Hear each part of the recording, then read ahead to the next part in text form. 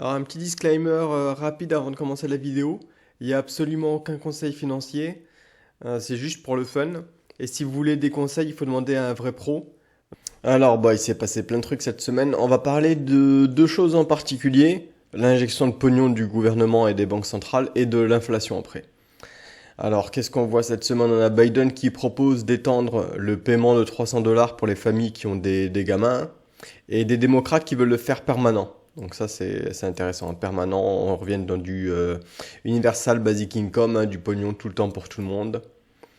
Voilà, donc ouais, c'est ce qu'on voyait, hein, les démocrates qui veulent le faire permanent. Est-ce que ça va passer? Je sais pas, mais en tout cas ce qui est sûr c'est que pendant quelques mois encore ça va continuer le temporaire, hein. Donc on a un autre aussi qui disent qu'il faut le faire permanent et que 300 dollars c'est pas assez, hein, faut 1000 dollars. Donc 1000 dollars c'est un chiffre magique, hein, c'est l'unité minimum de quand ils discutent, hein. Donc bah moi j'ai envie de dire ouais même 10 000 dollars, hein, pourquoi pas. Donc bon voilà, c'est une manière d'injecter du pognon. De toute façon, le but c'est que le pognon termine dans l'économie pour monter un petit peu les chiffres du GDP, hein. Ah donc la croissance démographique au plus bas, et ouais. Bah forcément, quand tout coûte plus cher et que tu peux plus acheter une baraque, tu penses pas à faire des gamins, hein. Donc ça, j'ai envie de dire, d'où l'intérêt de filer 10 000 dollars à tous les gens qui ont des gamins, voire leur filer une baraque gratuite, hein. En parlant des baraques, Biden aussi, je sais pas si ça a été voté, mais il proposait un plan pour filer 15 000 dollars pour les gens qui achètent une maison. Donc ça aussi encore une idée géniale, ça va bien me faire monter les prix de baraques, c'est nickel. Une autre moyen d'injecter du pognon, bah c'est simple, hein, si tu as ton vaccin, on donne un chèque. Donc ça c'est un État américain, donc je sais même pas lequel, la Virginie, qui propose, voilà, allez hop, 100 dollars si tu fais ton vaccin, donc tu vas faire ta piqûre, et quand tu sors, on te file 100 dollars. Putain, c'est con, j'aurais dû attendre pour me faire vacciner, histoire de choper un peu de pognon gratos, ça aurait été sympa. Qu'est-ce qu'on a là, voilà, ouais. Il y a de plus en plus d'États américains qui donnent du pognon aux bébés en fait. Bah, encore une manière d'injecter du pognon. Donc ce qu'ils font, c'est qu'en fait, si t'as un gamin, tu le dis à ton État, et ton État ouvre un compte en banque dans lequel ils mettent, je sais pas, 1000 dollars ou 1000 dollars par mois, ouais, donc 1000 dollars, pour payer. Donc c'est un compte en banque spécial qui est bloqué et qui peut être utilisé que pour payer pour les études. Donc, bon. C'est magique quoi. C'est donc encore une injection de pognon, hein. On verra bien ce que ça donne. Euh, Alors oui, alors Biden qui arrive avec un nouveau plan de 1,8 trillion. Donc là, vous dites, bah non, mais ça c'est le infrastructure plan. Non, non, non, non, ça c'est un deuxième plan, hein. Second part of the massive infrastructure package. Donc il y a 2 semaines, c'était 2,3 trillions pour faire des autoroutes, hein, et pour filer du cash aux États qui sont surendettés. Et cette fois-ci, c'est 1,8 trillion pour, je sais pas, l'éducation et les parents. Enfin bon. Les parents et l'éducation, ils vont recevoir cacahuètes et la majorité, elle sera dépensée pour acheter des armes et faire des bailouts de compagnies et d'États qui sont endettés. Mais bon, c'est bien, il faut injecter du pognon dans l'économie, il n'y a pas de souci. Donc ça, qu'est-ce que c'est que ça? Alors, ah oui, cette semaine, on a les US qui ont vendu des Treasury Bills à 0%. Donc bon, je dis pas qu'avant, ça était beaucoup plus élevé, hein, on était à 0,2, même pas, ouais.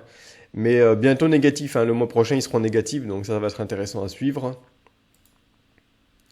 Alors, ouais. Alors on a parlé de tout le pognon qui était injecté, et étrangement, probablement c'est pas lié, hein, on a des news sur le fait que le pognon gagné par les Américains a augmenté de 21% en mars. Donc ça c'est Business Insider, mais j'ai mis plein de sources parce que sinon on va encore me dire que c'est toujours des sources biaisées. Donc Wall Street Journal c'est pareil, hein, ça a augmenté de 21%. Donc comme c'est bizarre, d'où peut venir tout cette augmentation de pognon en fait dans les revenus des foyers américains? Probablement pas du pognon injecté par le gouvernement, hein. Donc encore une autre source pour la même news avec le même chiffre. Euh, et donc là, on a une news sur le fait que un tiers du revenu des ménages américains vient du gouvernement. Ah bah tiens, est-ce que ça pourrait expliquer les news d'avant sur le fait que leur revenu a augmenté de 20%? Donc qu'est-ce qu'on voit? On voit que le gouvernement, tous les jours, te trouve un stimulus package pour injecter du pognon dans les familles pour qu'elles aillent le dépenser et faire des bons résultats pour les compagnies, hein. On a vu Apple cette semaine qui a tout explosé. Ils ont vendu plein de produits. Tout le monde va acheter son iPhone avec le stimulus package. Ça fait plaisir, c'est bien. L'économie américaine est en bonne forme. Tout va bien, il n'y a pas de souci. Alors, un article de qualité encore, hein. Une meuf qui a fait partie d'une étude sur le Universal Basic Income. Pendant 2 ans, elle a reçu du pognon chaque mois, donc je sais pas, genre 1000 $ par mois ou 2000 $ par mois, je sais pas. Et elle nous explique que grâce à ça, elle se sentait plus libre. Tu m'étonnes. Alors, s'ils cherchent d'autres volontaires pour faire l'étude, je suis là, hein. Si on veut me filer 1000 $ par mois pour que au bout de 2 ans, je dise est-ce que je me sens plus ou moins libre, il n'y a pas de souci, je suis volontaire pour cette étude. Donc tout va bien, on injecte du pognon. Je vois pas ce qui pourrait se passer de mal. Alors complètement différent sujet, hein. On voit que le dollar se casse la gueule depuis 9 mois. Mais bon, c'est sûrement pas lié à la monnaie gratuite, hein, que les US impriment à gogo.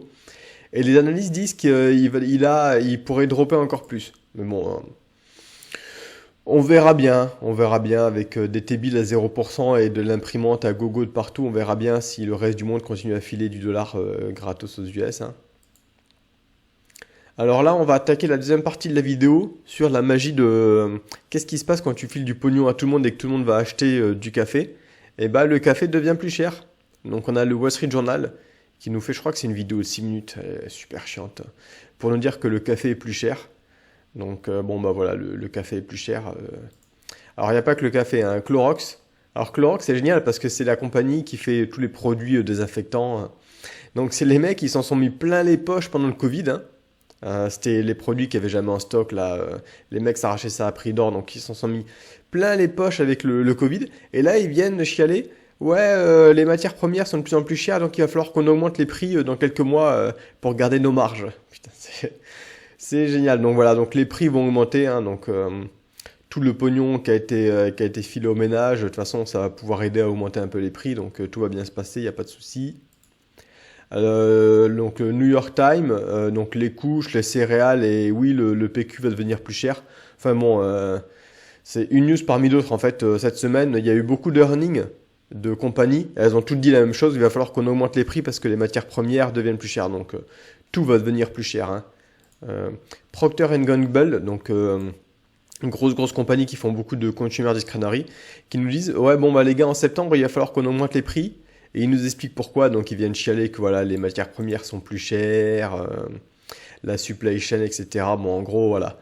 Donc normalement, ce qui se passe quand tu as tellement de pognon qui est injecté, c'est ce qu'on a vu en 2008-2009, là, hein, quand il y a eu les premiers QE, c'est que tout le monde pense qu'il va y avoir de l'inflation. En général, si c'est assez court et qu'effectivement l'inflation ne se manifeste pas au niveau des prix, ça meurt de lui-même. Mais là, si les compagnies répercutent la montée des matières premières sur les prix, ça peut commencer à être un peu la merde, hein. Donc on verra ce que ça donne, mais c'est pas génial. L'étape d'après, ça serait de voir que les compagnies augmentent les salaires des gens parce que les prix ont augmenté. Alors là, ça serait vraiment le cycle infernal.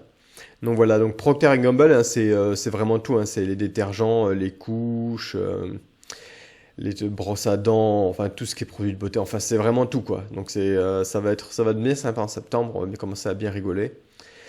Heureusement, il y a d'autres compagnies qui n'augmentent pas les prix et qui prennent la voie de la shrinkflation. Donc j'en parle souvent, hein. Donc c'est simple, hein, quand tu fais des trucs de bouffe, c'est que tu mets moins de trucs qui coûtent cher. Donc tu vois, dans tes gâteaux, tu mets moins de la pâte au milieu, donc c'est pas plus mal parce que c'est de la pâte sucrée dégueulasse. Tu mets un peu plus de biscuits pour garder le poids constant et tu arrives à garder le prix à peu près constant, hein, donc un classique, hein. Pareil, là, un mec qui voit qu'il s'est fait enculer. Bah ouais, en fait, pour économiser. Avant, ils remplissaient la boîte de crème, et là, ce qu'ils font, c'est qu'ils te mettent un petit cône. Du coup, tu as 50% d'air, 50% de produit, et tu continues à vendre ça au même prix, et les gens évoquent du feu. Donc, bon, pareil, hein, donc, d'un point de vue mondial, donc là, c'est l'organisation de la bouffe et de l'agriculture qui nous dit que les prix de la bouffe vont augmenter. Ouais, donc il y a aussi les problèmes de tout ce qui est mauvaise météo. Il y a plein d'endroits dans le monde où il y a des sécheresses. Donc bon, personnellement, je continue à acheter de la bouffe parce que je pense que ça va monter, hein, un classique. Mais ne vous inquiétez pas, la Banque centrale vous dit que c'est sous contrôle. Un peu comme disait la Banque centrale au Brésil, c'est sous contrôle. Sauf que bah là, ça y est, l'inflation au Brésil, elle est quand même de 6%. Alors que le plafond maximum de la Banque centrale était à 5,25. Le target était à 2, hein, le classique, hein. Donc ils ont explosé leur plafond d'alerte maximum. Donc là, ça commence un peu à être en panique. Donc bon, c'est un peu triste pour les mecs qui sont au Brésil, surtout que Le classique, c'est que la banque centrale, bien sûr, toujours un truc d'enculé, eux, ils gardent le taux à 2%. Hein.